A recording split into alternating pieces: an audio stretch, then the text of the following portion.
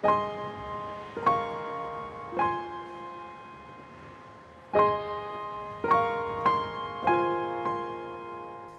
Iau nesaf ar yr 11 o Dachwedd, bydd na orymdaith yn mynd trwy Dre Caerfyrddin.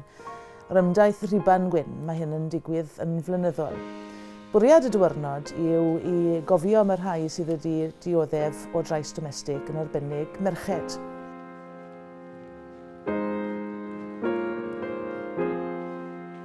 Yn draddodiadol, dynion sydd wedi dechrau'r sefydliad yma mwyn sefyll ochr yn ochr gyda'r gwragedd.